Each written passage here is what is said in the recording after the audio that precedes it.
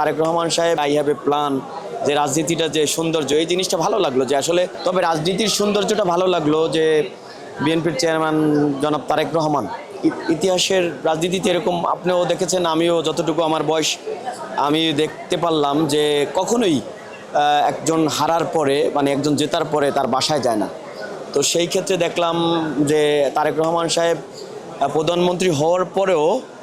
সে ইতিমধ্যে জামাতের আমির ডক্টর শফিকুর রহমান সাহেবের বাসায় গেলেন, নাহিদ ইসলামের বাসায় গেলেন,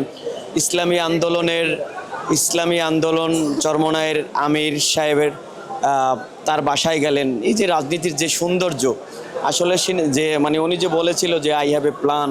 যে রাজনীতিটা যে সৌন্দর্য, এই জিনিসটা ভালো লাগলো যে আসলে আমি মনে করি যে সব রাজনৈতিক দলগুলো যদি তাকে সাপোর্ট দেয়, এই বাংলাদেশটা অনেক সুন্দরভাবে সাজাতে পারবে আমি বিশ্বাস করি। কারণ আমরা সবাই যারা মানে সুশিক্ষায় যারা শিক্ষার অবস্থানটা কিন্তু বর্তমানে যে স্বৈরাচার ফ্যাসিবাদ সরকার কিন্তু একদম খারাপ অবস্থান করে দিয়েছে, আমি মনে করি সেই জায়গাটা ফিরে আনা উচিত। এবং সাধারণ যারা চাকরিজীবী আছেন, অনেকেই চাকরি থেকে বঞ্চিত হয়েছেন মেধার ক্ষেত্রে, সেই জিনিসটা অবশ্যই ফিরে আসবে। আশা করি সবাই মিলেমিশে একটা ভালো অবস্থানে যেতে পারবো, কারণ ওনার সাথে যদি থাকা যায়, কারণ ওনার যে প্ল্যানগুলো, সেই প্ল্যানগুলো যদি উনি বাস্তবায়ন করতে পারে, এটাই হলো সবচেয়ে বড় কথা।